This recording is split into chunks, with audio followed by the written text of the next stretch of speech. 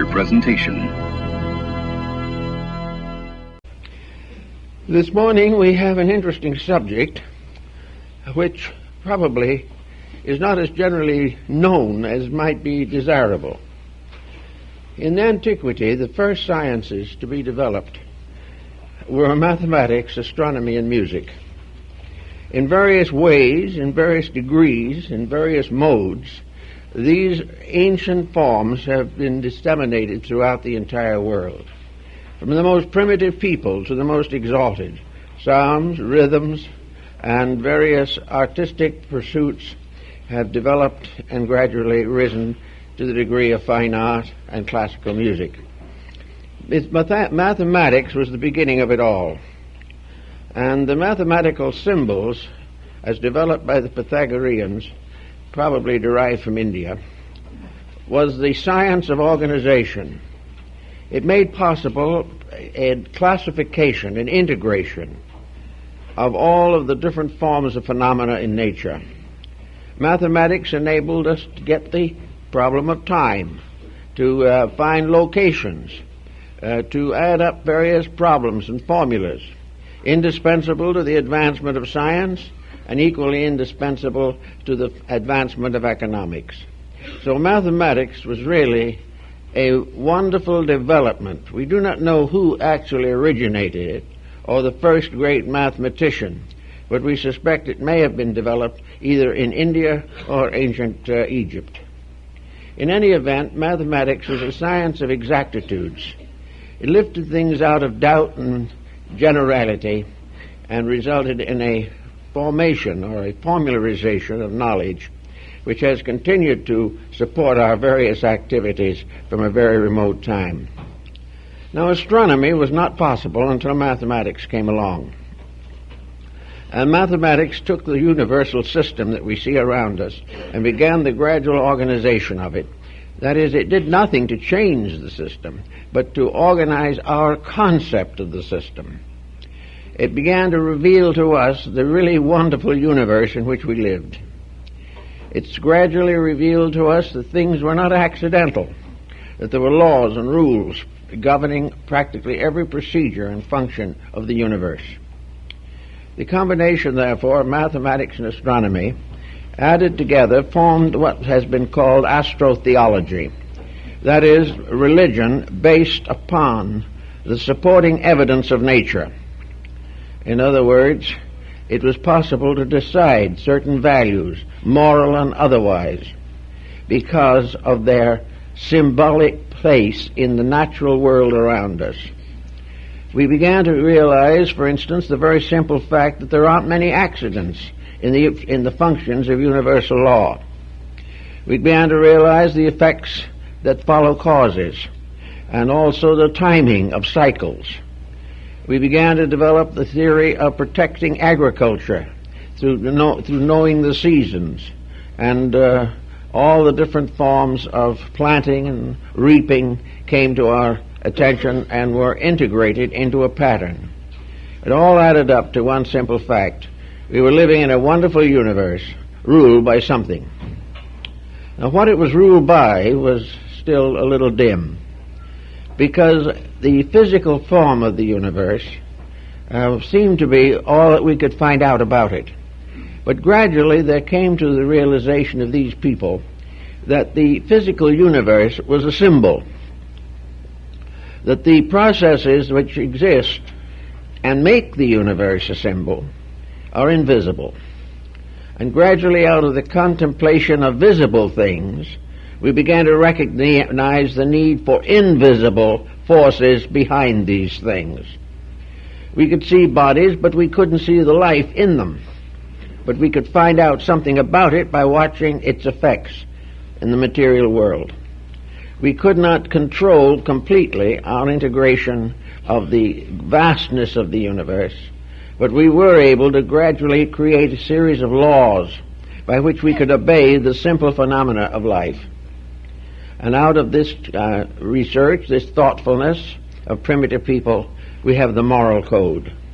The moral code is based firmly upon universal laws, laws that men never quite understood fully, but the results of which came to their attention every day, until finally they were forced to accept the causes because there was no other way of explaining the effects.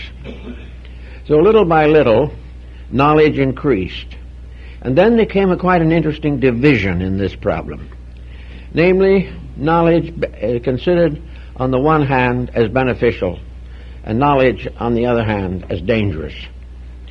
It became obvious that knowledge brought with it power.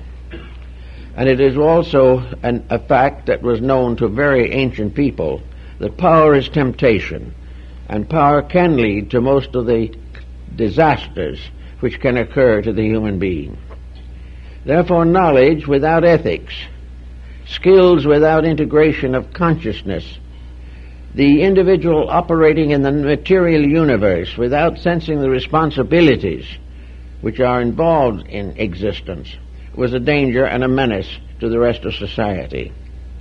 There was no way of once withdrawing knowledge that had been given. Once the knowledge was available, nothing could put it back again into secrecy. The only answer to this problem was to keep it secret from the beginning. Now, the problem of secrecy was largely in the hands of a philosophical priesthood, or perhaps we might say a great theological structure. This structure was dedicated to non-profit. These teachers and philosophers were dedicated to the service of humanity and were free from all the temptations of personal aggrandizement. These, in turn, decided to censor knowledge so that it might be safely communicated. Knowledge that could not be communicated would die with the original owner. Therefore, there had to be a way of handing down knowledge from one generation to another.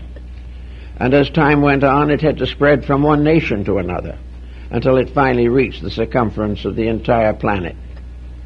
So to do this successfully, there was something had to be done to protect those forms of knowledge which by exploitation could become a menace to the survival of peoples. This story is more or less also unfolded in the Platonic account of the destruction of Atlantis. In Atlantis, skill became greater than morality. Power took over. Ethics was compromised. And finally, the entire continent destroyed itself. The misuse of knowledge must end in tragedy, must end in disaster. And if this disaster is not curbed in some way, it could topple over our civilization. So the ancients decided the one way was to put certain restrictions upon the dissemination of knowledge. These restrictions, added up together, formed a kind of system of instruction, which came to be known as the mysteries. These mysteries were schools, universities, colleges, dedicated to the preservation and dissemination of knowledge under direction and control. The individual who desired knowledge and recognized the need of it was placed under certain restrictions, must take obligations, must prove through long training and discipline worthiness to receive knowledge. It was the purpose of these ancient teachers to make sure that nothing important to the advancement of man could be captured and held by selfishness or ambition or avarice. It was necessary, therefore, to select the custodians of knowledge. For this reason, we find most of the ancient teachers had schools or systems by which they communicated knowledge. The school of Pythagoras at Crotona was one of the most famous of the ancient world. The school of Plato at Athens was another. And in the far distances of Asia, we find the old gurus with their disciples studying the mysteries of life under leadership and under discipline. As time went on, of course, much of this knowledge gradually crept into public domain. The old institutions faded away under the pressure of changing beliefs and policies. Ambitious individuals without knowledge or skill were able to gradually attract and gather around themselves armies and systems of followers, and these began to attack and destroy the great institutions of learning. In other words, the great protection was the wisdom of the few, and in order that the many could control, this wisdom had to be curtailed or stamped out in some way. The mystery system fell under considerable pressure, but it never entirely ceased. And even today there are evidences of the perpetuation of this system of rulership and protection. So now we go back again to the problem that we started with, and that is mathematics and astronomy. Astronomy has passed through a great many different levels of insights and interpretations. Astronomy was originally the science of the anatomy and physiology and function of the solar system. It had to do with every process in which the natural laws of existence went into obvious operation within the consciousness of that part of life which man could comprehend. So the problem was to gradually discover some way of transforming a skeletal system to become the basis of a great theological mystery. The result was Astro Theology, which was probably the first organization of man's religious beliefs. This organization was firmly established in mathematics and astronomy. And the graces which assisted under the heading of music and art have always been part of classical religions. All of these religious systems, therefore, became gradually integrated around astronomy, mathematics, and music. Those who wish to enter the school of Pythagoras must first pass an examination in these three sciences, for to the ancients music was also a science. Any of the other teachers who came along or were in other parts of the world put similar restraints upon the communication of knowledge. They had to test the individual as to whether he was truly worthy, on the grounds that the more he knew, the more he could pervert knowledge. If he was selfish, he could use it to destroy or offend or disintegrate the society to which he belonged. It also would provide him with the ambitions which might lead him to conquest, war, and many great disasters. So the ancients had these testings. Now Homer, in a section of his writings called The Cave of the Nymphs, describes the initiation rituals of the ancient astrotheology. And we first point out and notice that the one great religious, astronomical, mathematical day was New Year's, the winter solstice. This was the beginning of the year for antiquity. At the beginning of the year, this solstice point was of the greatest and most basic importance. Well, I think we must also realize in studying this that practically every religion and esoteric system we have in the world today developed in the northern hemisphere.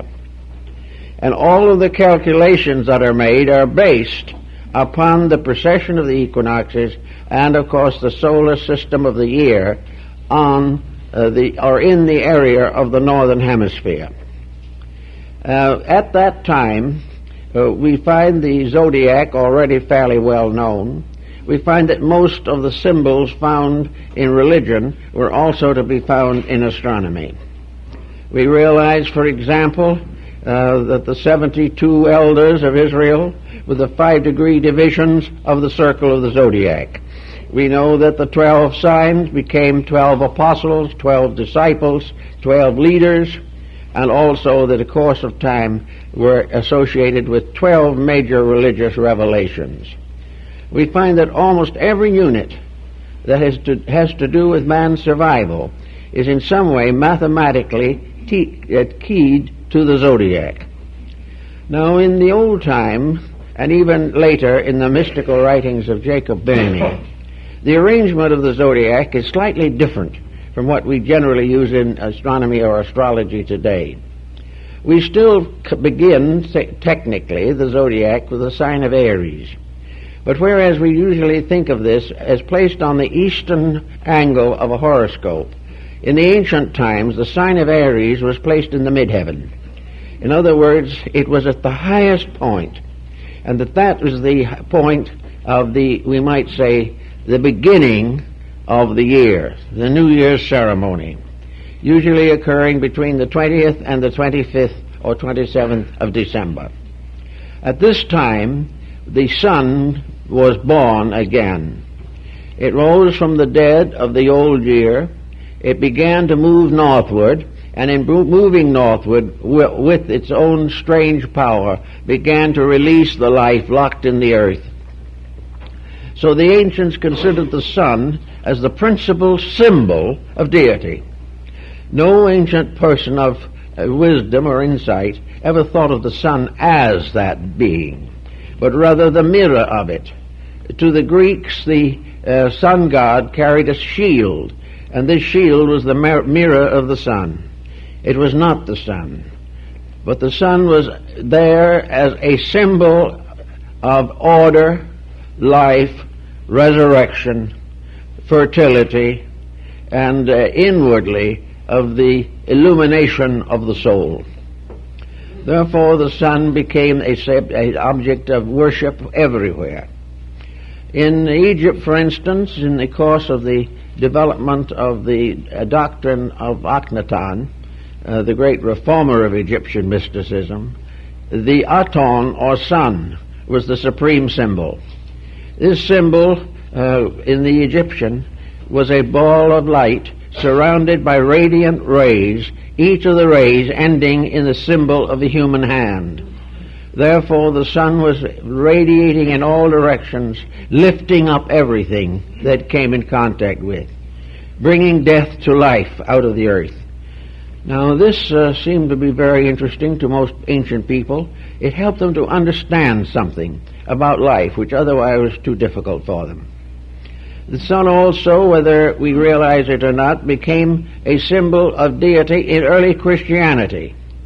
It was definitely associated with the nimbus, the halo, and the radiance around the heads of saints.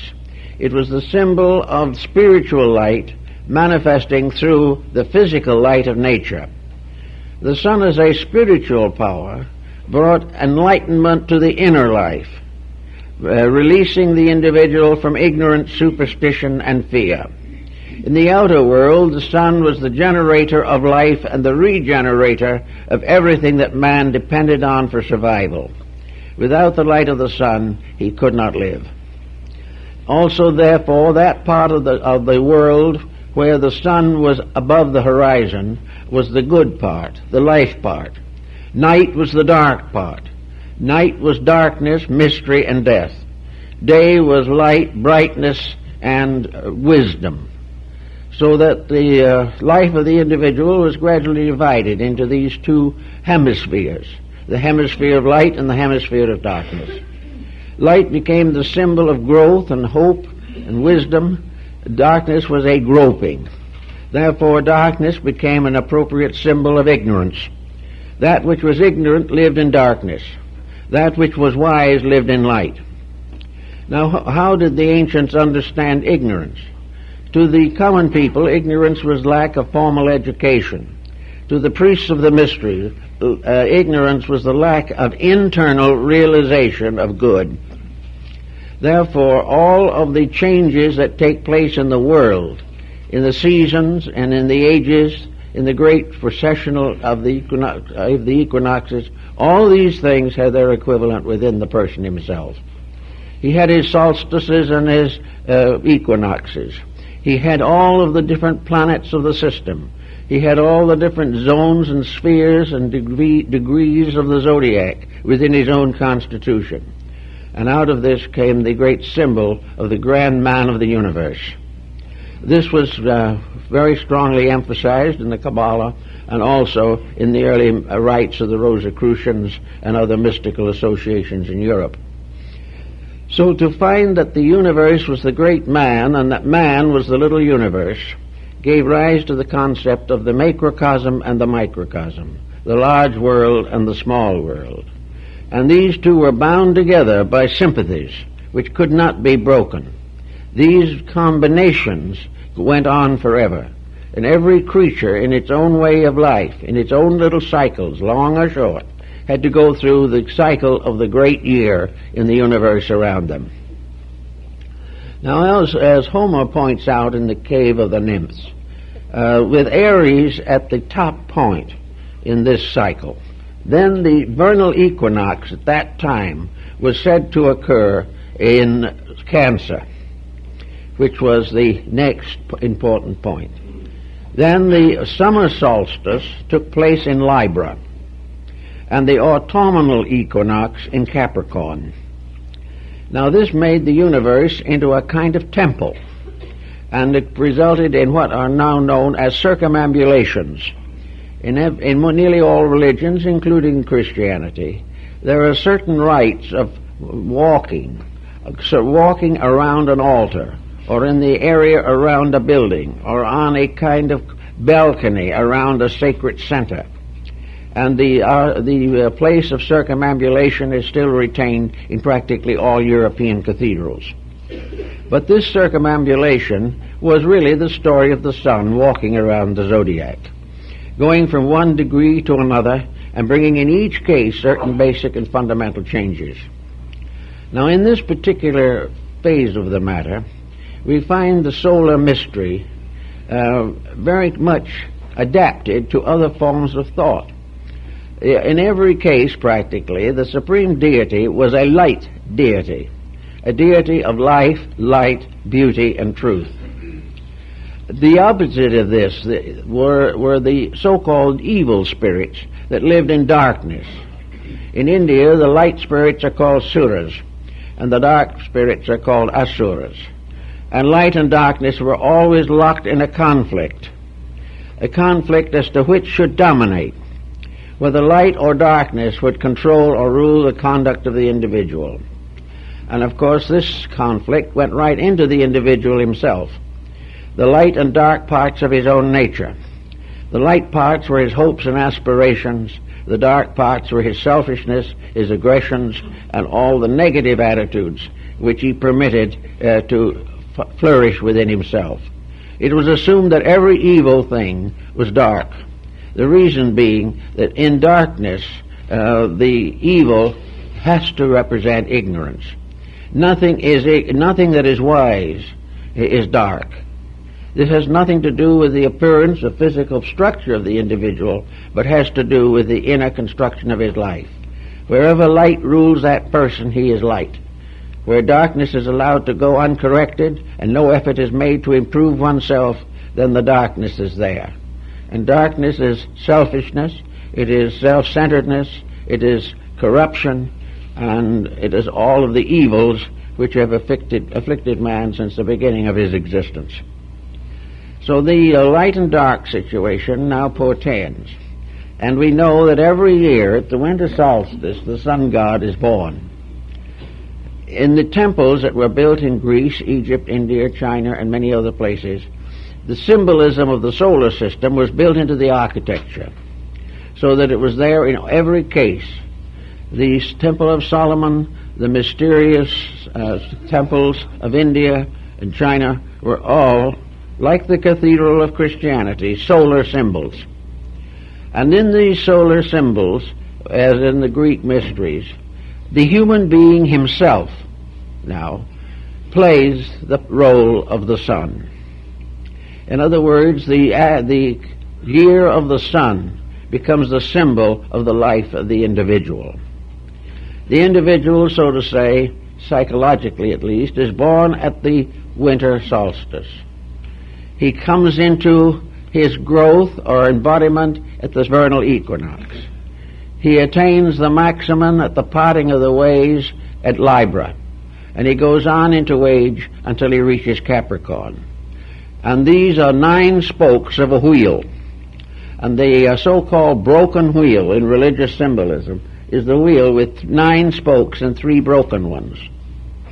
In man, the generational structure is that the prenatal epoch consists of 9 solar months. Therefore, man is born of the broken wheel. Furthermore, of course, the ancients said that man, coming to true birth, must pass through 9 months in the womb of his mother and 3 months in the womb of the temple. In other words, the year was completed by 3 initiatory degrees by which the individual came into his own maturity. The individual was born with 3/4 of the circle. The other quarter of the circle had to be earned. And the 3 degrees of this earning have been perpetuated in most of the religious and mystical organizations of the world from the beginning. So the individual, to perfect his life, must pass through the experiences which are indicated by this solar system structure. Homer tells us, for instance, that souls coming into birth entered through the sign of Cancer, and at that time they drank of the cup of mimesime, of forgetfulness, and forgot all else but what's coming in the future.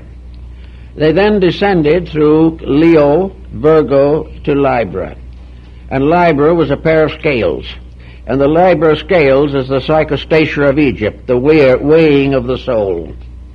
It is the dividing point between the involutionary and evolutionary march of the soul through the zodiac. Having attained this balance, and having been tested, the soul then begins to emerge from the chrysalis of its material existence. And from the time it enters Libra to the time it reaches Capricorn, it is advancing toward enlightenment. At Capricorn, it comes to the gate of exit from the body. Cancer is the entrance to the cave. Capricorn is the exit.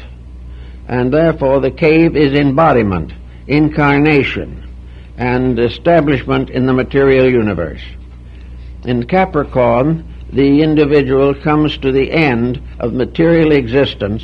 Therefore, we almost always represent the sign of Capricorn as an old man with a scythe walking with a tiny child that has just been born. This symbolism is derived directly from the ancient mysteries and the rites that were a part of it in very remote times. Therefore, that Capricorn, the individual, theoretically departs from this life, or under the mysteries of initiation, departs from materiality. The signs from Cancer around to Capricorn represent materiality.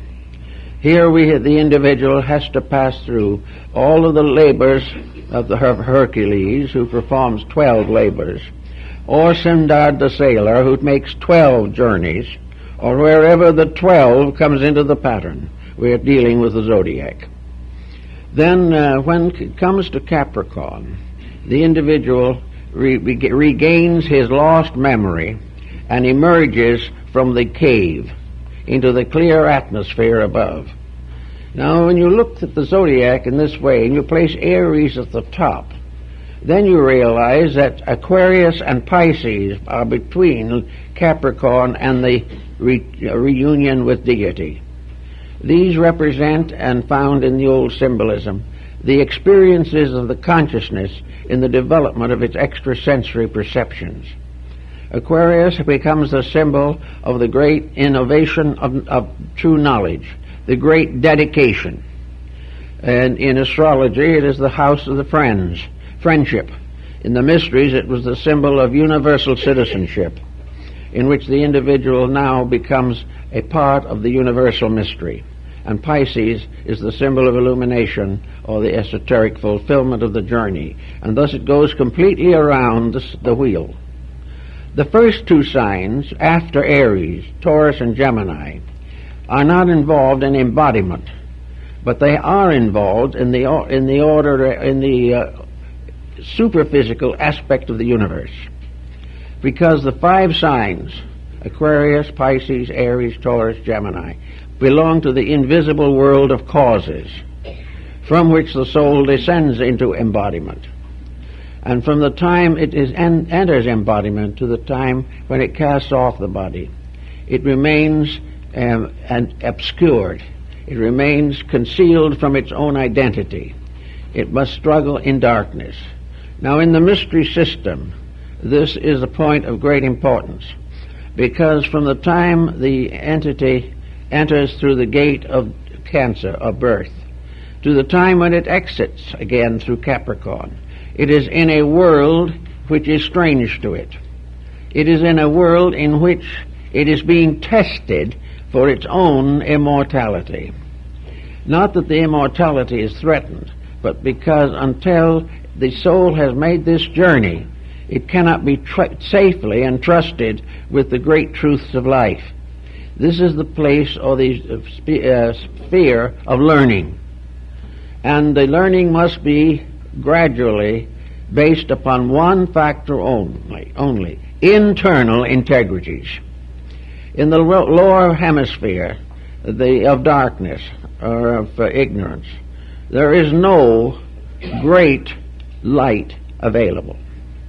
Almost all of us recognize now the failure of materialism. Well, the lower half of the great circle is the sphere of materialism. Materialism is the ethical darkness. It is the darkness which has resulted from man turning from the ways of light, or refusing to light the darkness by his own conduct. The labor of the individual, therefore, is to bring light into darkness. First, the light coming in himself from his own darkness, and then later bestowing light upon the whole world which is in darkness. Therefore, the great teachers are the light bearers, who must bring light and hope to the dark semicircle of the lower half of the zodiac. Now, in getting into this, then, we find what we know today to be true, that we live in the material world, which is a world of uncertainties. Our facts are very few. Our convictions are numerous and conflicting. We do not, any of us, have the answers to the ultimate. And we are not going to have those answers given to us. We must release them from within ourselves. Therefore, in this hemisphere of darkness, each individual must work out his own salvation with diligence. Those were the last words of the Buddha. We must, each of us, find the light according to our own integrities. To do this, we must have dedication. And this dedication is, whether we realize it or not, bestowed by birth itself. From that time on, we must develop this dedication by personal effort. We must resist every day those forces and conditions which perpetuate darkness. And darkness is always lack of the final form of light, ethics, or the recognition of the essential values of integrities. If the individual goes along this pathway, he comes, as in the Egyptian ritual, finally into the great hall of the twin truths in Amentet, the abode of the great god Osiris. Now, Osiris has as a symbol an eye, and that eye, of course, is the sun. And this eye represents the sun of the underworld. When the individual is in the lower half of the zodiac, the only sun that can shine into his life is from within himself. He must gradually release the great light that was bestowed upon him in heaven or in the divine worlds. In the meantime, if he comes into the hall of Amentet, he stands before Osiris, who wears the plumes of the north and south, that is, the plumes of the spiritual and material halves of the zodiac. The crown of Osiris is inclined exactly to the degree of the solar axis at the present time. In other words, the ancients knew the inclination of the axis. This deity, then, becomes the judge of the quick and the dead. And this deity is the sun in its karmic aspect. The soul of the deceased person is represented by a symbol. And this soul goes into the presence of Osiris to be judged. to be weighed in the balance. And we have here a very interesting series of symbolical rituals which can be mentioned briefly. First of all, the court of Osiris in the underworld is the place for the assessors or the judges, and this was the origin of the present jury system, where the individual is judged either victorious or defeated by a jury of his peers. In addition to the juries, which sit at the upper end of the great papyrus symbols on the scrolls of the Book of the Dead, there comes forward the defender, the public defender. In this case, the public defender is the one and only son of Osiris, born posthumously after his father's death, therefore called the son of the widow. And this deity, Horus, with the eyes of the solar hawk, stands before his father and asks leniency for the soul under judgment. And as the trial proceeds, this leniency becomes, in a sense, the fact that Osiris' son is going to carry the guilt of the person if he cannot survive the test by his own strength. Then the weighing of the soul takes place, and on one end of the balance is the feather of the law, Mayat, and on the other end is a little vase containing the heart of the dead person. And the dead person's heart cries out in the ritual, "Let me not perish with the body that dies in a day." Therefore the soul asks for consideration and forgiveness. The prosecuting attorney is in the form of Typhon, the mysterious water beast of the Egyptians, a creature combining in symbolism the attributes of a hippopotamus and an alligator. This is the one that is to receive the soul if it is not able to go on to the better life. And of course, to the Egyptians, the meaning was very obvious. This creature that swallows up the imperfect soul is re-embodiment. If it doesn't pass, it must come back. In the meantime, the balance is made, and Horus, the son, pleads with his father, interceding for the soul of the person who is passed on. And then because Horus is the only begotten son of his father is lenient to the world through his son and forgives the soul and permits it to go in peace. It's a very interesting ritual and has been found in one form or another throughout the whole world. Now, as the scene continues, we know that Libra is the sign of the balance. We know that it is the place where the path breaks between going forward and failing to go forward. In every case, there comes the time when the journey downward into sorrow and fear comes to an end because the soul has achieved a victory over its own weaknesses. It is then weighed in the balance. And if the balance balances, it then goes on into the upper cycles. And this is the reason for the sign of Libra, the scales, being exactly opposite the sign of Aries, which is the symbol of the great winter power. This symbolism then goes on, and we find that the human being is the solar symbol. The human being is the creature that must make the circle of the zodiac inside of itself, not out in the world, but it must perform the 12 labors, and through the performance of the 12 labors, prove that it is ready and worthy to receive enlightenment. So we followed then the time when the sun moves northward.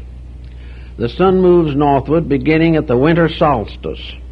And here it is, for the first time, starting out on a new journey. Now, the Egyptians and the Greeks and the Hindus all knew that the sun wasn't actually born at the winter solstice. It was, in a sense, reborn annually. It had to come back each year to the beginning of a new cycle of existence and experience. Therefore, an embodiment was a new cycle, but not a true beginning from antiquity. So from the beginning, the soul moves gradually northward to produce at the vernal equinox the mystery of spring. And the mystery of spring was also very heavily believed by practically all peoples of antiquity. It was the symbol of the coming of the new fertility. That which was conceived in Aries is born into material life in Cancer. And of course the sign of Cancer is always the vernal equinox, and this occurs whenever the time is necessary and right. This is when the soul enters into embodiment. Now the vernal equinox follows, now this is with Aries in the midheaven, not with Aries on the eastern horizon. The time of Easter is therefore the great symbol of the resurrection of the dying God. The ancient light promise is fulfilled, for it was believed in the ancients that the coming of the vernal equinox was the proof of the pact between God and man. That at this time, if this equinox occurred, it was because the whole world had a new lease on life, a new opportunity to perfect itself, a new chance to be truly wise and good. And if the world didn't end in a terrible conflagration at the vernal equinox, then man's hopes were fulfilled. He was to be given another opportunity to perfect and unfold his own nature. So the vernal equinox was the time of promise. It was the time of resurrection. It was the time when the earth was broken and the little seeds came out. It was the time where the old mystics in Europe celebrated the feast of the mustard seed, the little seed that was very small, the heart, which was from some time to be a great tree that would shade the universe. Celebrated the feast of the mustard seed, the little seed that was very small, the heart, which was from some time to be a great tree that would shade the universe. So the beginning of the new opportunity for regeneration was the resurrection of the sun god at the vernal equinox. Now this was carried over into theology and brought into contact with many different legends and myths in all parts of the world. But in every one of these different systems, the actual sense of the matter was that the human being in his own growth passes from conception to birth, and in passing from conception to birth fulfills the first part of his journey. He then is born, and the birth, the physical birth, is the beginning of the journey through the chambers of initiation. It is at that point that the entity begins to unfold the potential. Here the small twig of acacia is revealed. It is shown that the life is there, that in the winter it appeared to die, but it was not dead, it sleepeth, and it comes forth again. And in the life of every individual, when sorrow, misery, destruction, evil things plague the life, make it seem very difficult, by quiet contemplation of realities, we all discover that there is in us the germ of an immortality that cannot perish. But that when we really desire and start a conscious journey towards truth, at that moment the little seed within ourselves begins to build the inner life for us. The seed becomes the tree of the soul, as it was called by Bhimi. So we can start out on all the problems and processes of life, and we are not shown what to do or told exactly. We have the experience of our ancestors. We have three great directives to help us. One of these directives is observation, to see what is happening in the world. Another directive is experimentation, to try a thing and see if it works. The third one is tradition, the gift we receive as a legacy from our ancestors, who have passed through all kinds of experiences and problems. If we are able to use these three instruments, they will guide us, or guide the sun, from the vernal equinox to the summer solstice. It will then bring into play all of the labors of life, for it is from the time of the planting to the time of the harvest that the individual must guard his properties, must sacrifice his time and energy to protect the crop which he has planted. The farmer, therefore, is most busy in those months in which it is necessary for him to prepare for the harvest that is to come. Therefore, in life, young people must prepare for the harvest of the years. Those starting out must build for the future. And in each instance, the great supreme power to achieve that which is most necessary or most desired lies in the dedication of the individual to the principles of his religion. Actually, therefore, the ancients didn't have religions just the way we have them. They didn't have so much formalization. Most religions of antiquity were religions of joy. There were very few sorrows in the religions of ancient peoples, because they believed so firmly in the reality of good that they even accepted troubles and tragedies as testings of good, of means of strengthening. Adversity tempers the steel of the human soul, making it strong in emergencies. And the old peoples of the worlds of long ago accepted many of the problems that we reject simply because they realized they were part of life. So in this part of the testimony, we go back again to the temples, and we find that the disciples take these initiatory vows and begin the journey through the three primary degrees of initiation. And the son does the same thing in the three primary degrees between the testing of the soul and the entry of the cycle, the sun cycle, into Capricorn. Here we find three definite efforts made to prepare the individual for the three great steps that he must take later. Here he is supposed to conquer the three parts of himself which are subject to the stress of initiation: the body, the heart, and the mind. By the body he must discipline the flesh until it becomes serviceable as an instrument, to give it all care that is necessary. No legitimate system of ancient religion ever tormented or tortured the body for purification. It was simplified. All the luxuries might be eliminated, but it was necessary to protect the body because it was the contact with the world of experience, and without that the great trip could not be successfully made. After the body was obedient to the will and to the heart, then the second step was the purification of the emotions and the heart. Here the individual had to generate a new discipline upon the emotional life of himself. He must purify his affections. He must control his appetites. He must have all kinds of hope and a positive and constructive emotions. He must gradually overcome criticism. He must cure the causes of neuroses and things of this nature, so that actually the second step in the three steps was to gain control of all pressures which arise through illusion and fantasy within the life of the person. Then the third step consisted of the purification of the mind. The mind, so that it could be no longer a problem to the life of the person. The purification of thought included, of course, complete overcoming of selfishness, self-interest, pride, all of the arrogances and all of the worldly values which many people cling to so tenaciously. In other words, the mind must be detached from everything which will not survive after the body dies.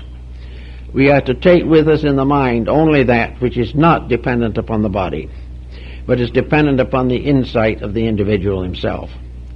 Now, having accomplished these three labors over these three signs, the individual has become gradually cleared of some of the problems which we face today, because in these recent times we have lost contact almost entirely with this concept.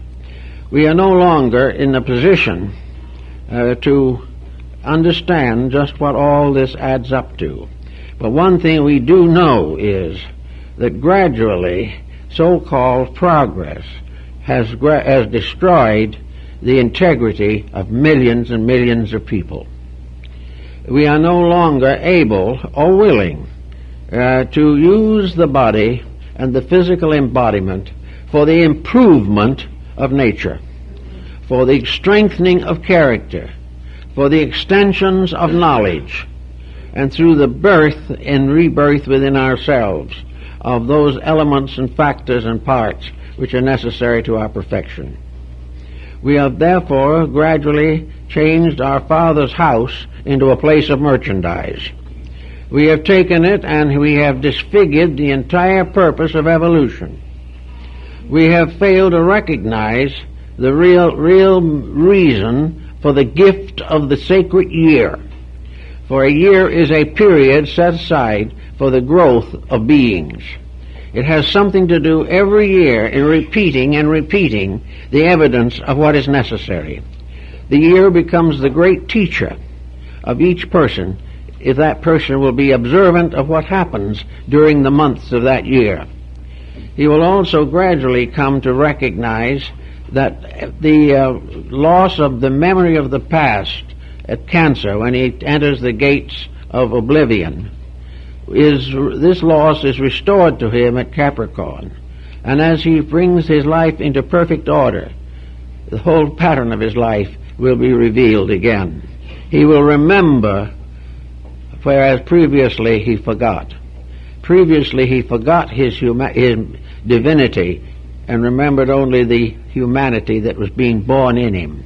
At Capricorn, he is no longer locked into the memory of material things, but restores his memory of the divine world from which he came.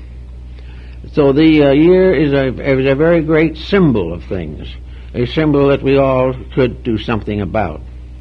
If, however, we imagine for a moment that this whole pattern, this Astro Theology, does have a meaning that is more profound than we realize, we know that it was protected in one way or another, so that the human being who was not prepared to receive it would not be likely to gain a knowledge which would damage him.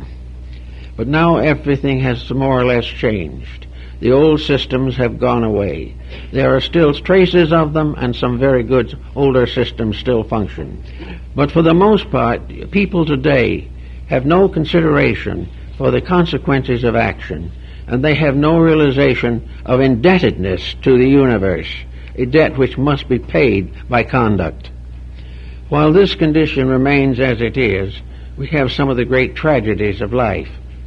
At some time in the remote past, for example, science, which was in the hands of a very exclusive group, not exclusive in the sense of snobbish, but exclusive in the sense of knowing, informed, and morally incorruptible. This knowledge was placed in the keeping of persons who had already forsworn all personal advantage, who had already forsworn any action for profit that was contrary to principle, and had accepted the obligation that everything that man discovers must be brought to the altar of God. Now, as a result of this type of disagreement, discourtesy at the moment, we can take a little look at science. Here we have probably one of the most valuable instruments the world has ever been given, an instrument bounded and founded in the great triad of mathematics, astronomy, and music. Science which has developed itself in many, many ways and has given us a great number of very pleasant privileges and has made life easier for millions of people, and in this respect has gained our confidence. But we begin to notice something. We notice that the scientist has not taken the obligations that were given in the ancient mysteries. He has not forsworn fame.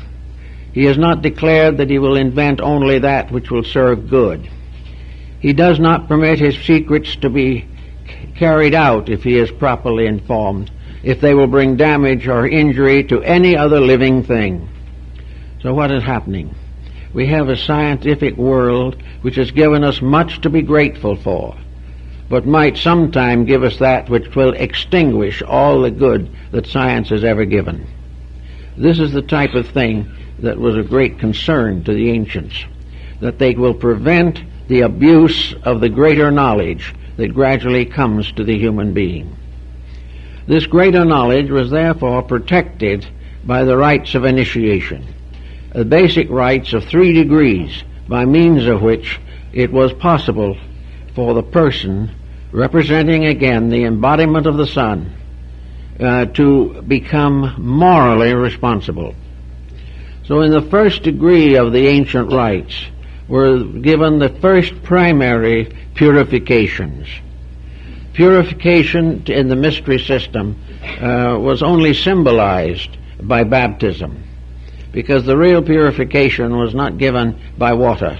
It was given by the divine power of deity itself.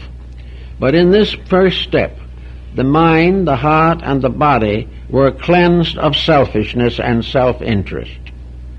The individual became as a little child, seeking truth, realizing that the things around him which he has assumed to be truth are not necessarily true.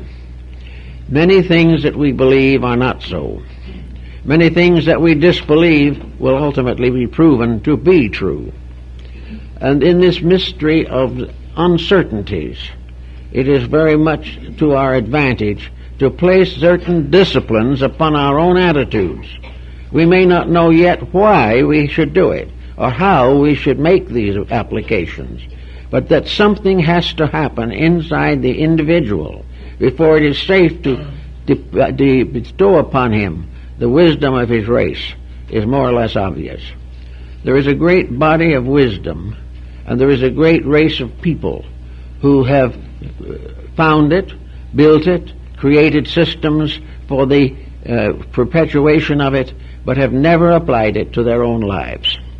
They have never done those things in themselves which can make them safe custodians of the future. In the ancient mystery rites, the Pythagoreans, for example, the master told the disciples very definitely that every disciple who went forth to teach in his turn must do everything possible to find a successor. This successor must be a person whom he has instructed, or has found to be adequately instructed. And only to the person who already has earned the right can the master bestow the mantle of his leadership. And if by any chance he passes out of this life without finding a disciple that is worthy, that is itself part of the necessary lesson. Therefore, to pass on any knowledge in which there is a power to injure, until a person has proven that he is no longer capable of injuring, anything else is dangerous. And it was this kind of ethics of building knowledge into a qualified group that we have known in ancient rites. Now, some people hold these ancient rites to be snobbish, selfish, and that these leaders have intentionally concealed truth because they wanted to govern other people or wanted to be masters over slaves. History has no strength for that support at all. There is no effort to recognize, or no opportunity to prove, or no way of proving that those who truly possess great knowledge were the ones who were the cause of trouble. The ones who are the cause of trouble are those who want to resist knowledge and gain authority by allowing people to be less than they should be. Therefore, that which wishes to be popular, first of all, makes a virtue out of things that are not true. and as a result of that, everyone is worse off. Now, in the initiation rites as they were given, the first degree is that of purification. The second degree is that of service. The first degree, the individual tries to clean the inside of his own cup. The second degree, he is dedicated to the service of some need or some person in his environment or for whom he has responsibility. A servant, in this sense of the word, may go out and become a leader of peoples in the right direction, may become a clergyman or a priest, or also an instructor, a teacher, a guide to other people. Or, in the same spirit and in the same light, he may serve only in his own house. He may serve his family. He may serve relatives who are ill. He will guard and protect his children. He will sacrifice his own profit and his own pleasure to the security of his family. He will be unselfish in his use of possessions, gentle and kindly and forbearing in his dealings with those around him. This is the simple sign. One individual may go out and rule a country. The other may stay home and rule himself and his family justly, lovingly, and wisely. Both are fulfilling the same requirement. Both are therefore servants of principles greater than those of ordinary commitments.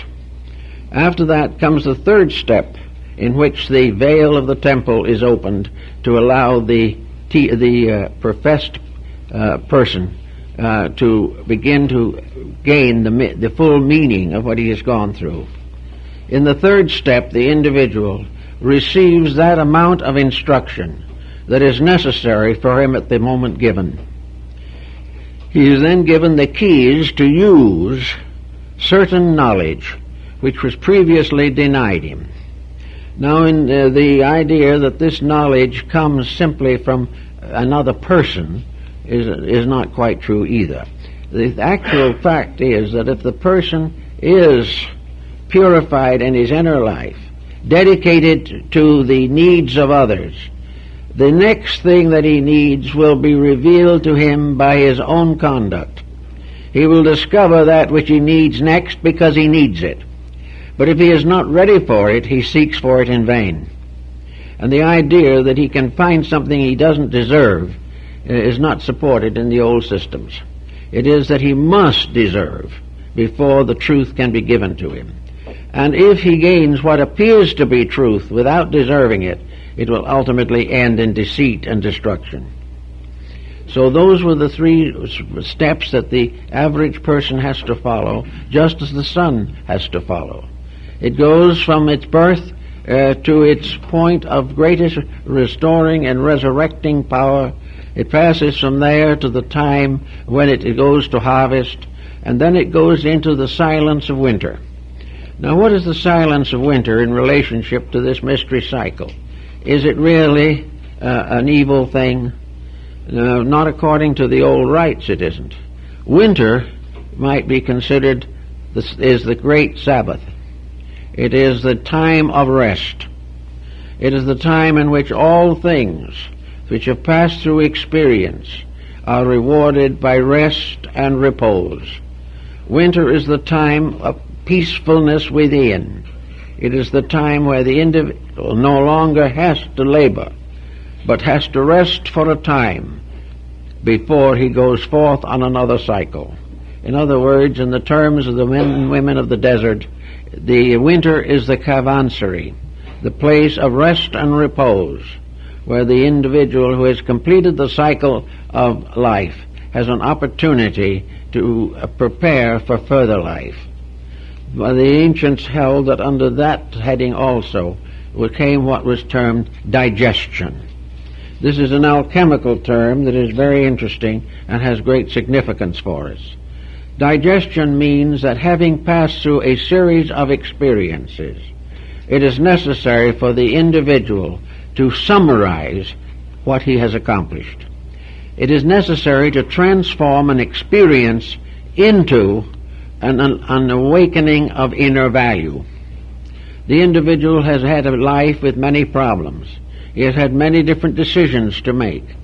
And in the Pythagorean discipline of retrospection, he goes back over the years of his life to find out what he has really learned, to know what mistakes he has made, and also how he corrected those that he discovered. He finds out how the weaknesses of his own character are still holding him back. He discovers where little germs of self-centeredness have prevented certain magnificent facts from being manifested fully to him. In retrospection in the Pythagorean school was usually given at night or just before bed, as the sleep. And that in the great solar cycle, this retrospection is part of the cycle of winter. This cycle of winter is a very interesting phenomenon because we know very little about it, except everything seems to go to rest or go to sleep.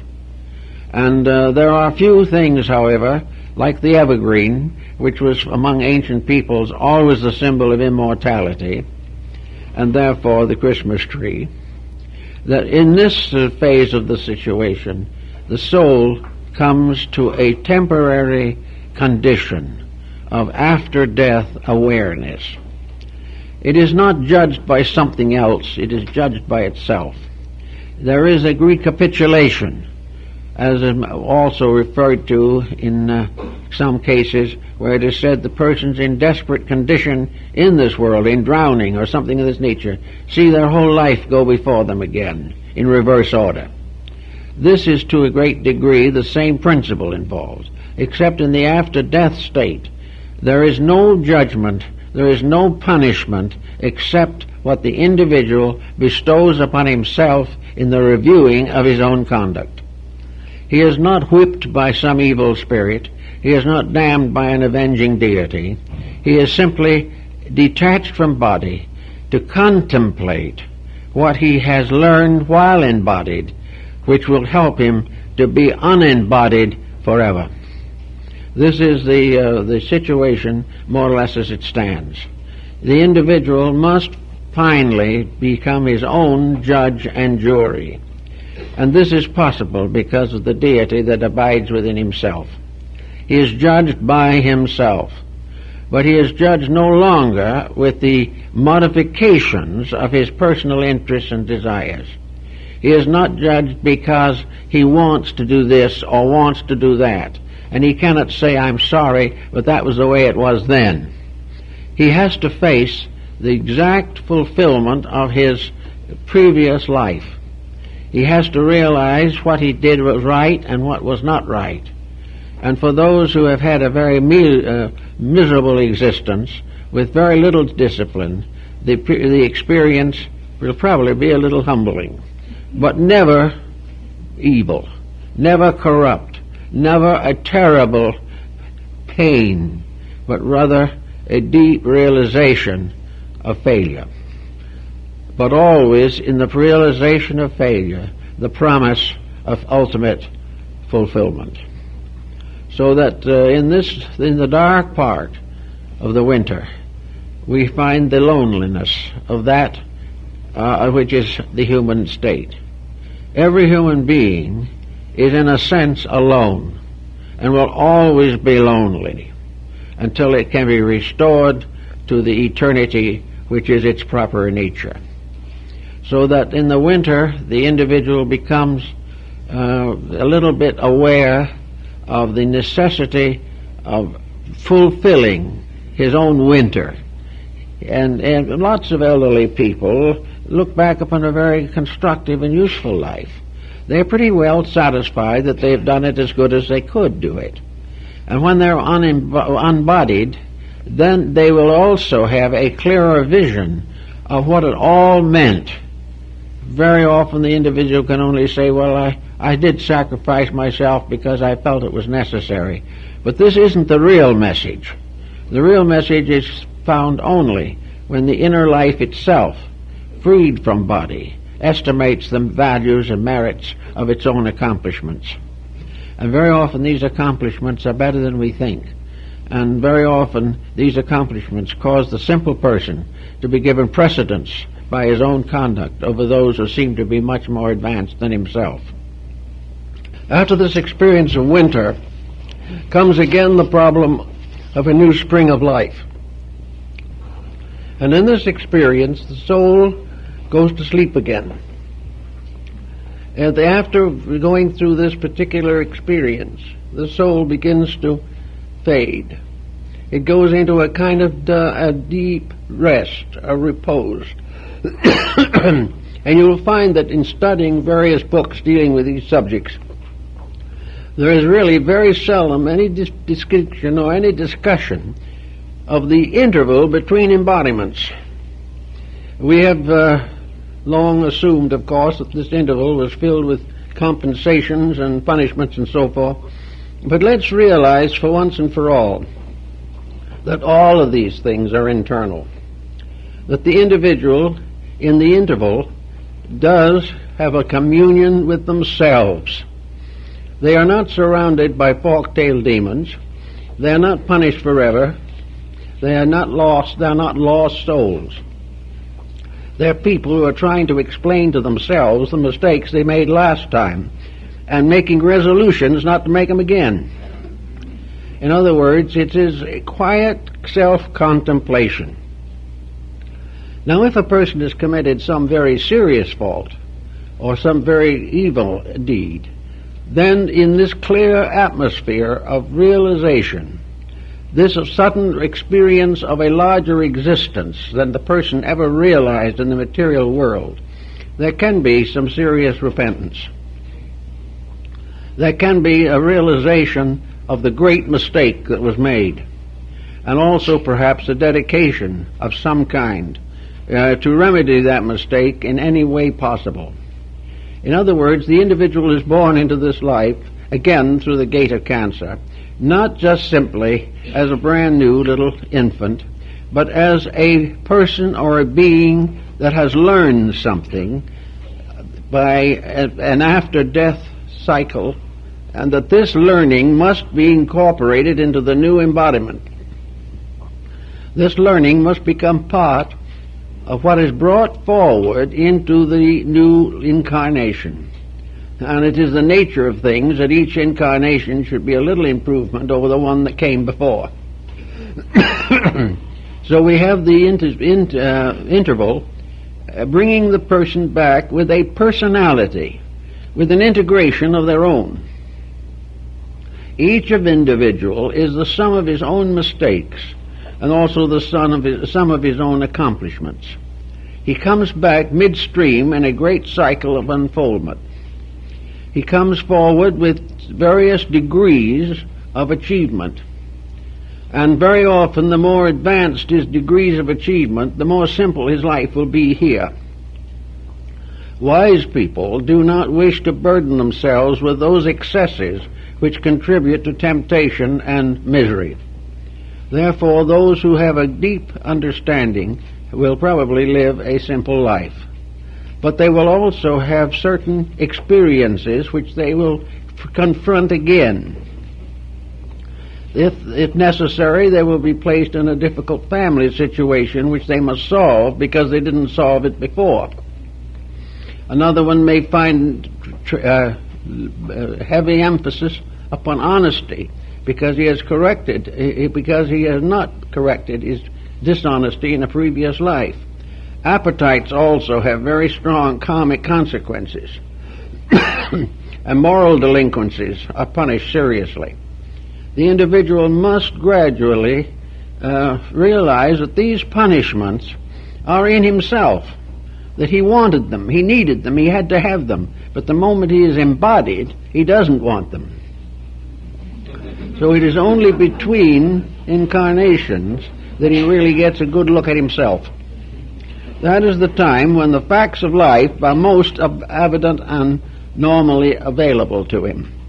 And all these facts that apply to him are within the pattern of his own existence. He is not responsible to the patterns of other people. He is not responsible for anything except his own relationship with truth, and relationship which he is gradually building. As he goes further and further in this structural development, he will find out finally what his purpose is. And he will probably discover what the Egyptians decided it was, namely that in due time this person will be in fact the very thing which is now his miniature existence. He will become a sun. He will become a great center of light. He will be a center of light in his family sometime. He will be a center of light in his country. He will be a center of light in the world and become one of the great teachers of mankind. And then he will go on beyond this. He will go on into the consciousness of planets and suns and space. He will be growing forever until in each of us the entire universal purpose is fulfilled.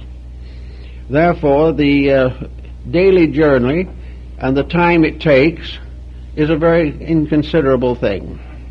We will find as we go along that the journey that we are really making goes on for hundreds of lives.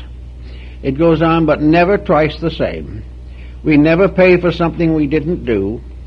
We never fail to get the reward of what we have done well. But these rewards are in terms of soul growth, not in terms of material circumstances. And as the individual goes further and further into the mystery of the soul world, or the world of soul, he will find that his citizenship there is far more important than his success or failures in this life. But we are all getting a little better. We are all growing. Sometimes a bad mistake is one of the most powerful forces for growth, because it suddenly brings us face to face with ourselves. We find that things like alcoholism, narcotics addictions, and things of this nature become a great burden upon the soul.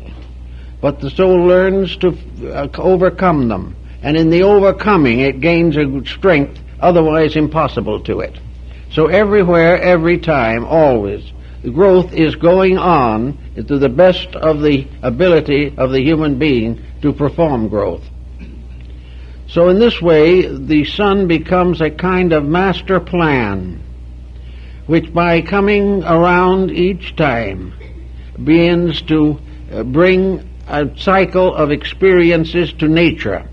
Each year the sun comes back to the world. Each year the world is just a little different.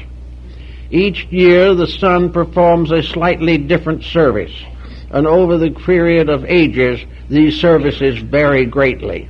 But in all cases, nature continues to produce this solar cycle, the sun, in order that it may fulfill its own purpose. The sun is the cleanser, the purifier, the illuminator. And it will come every time to carry on this particular task.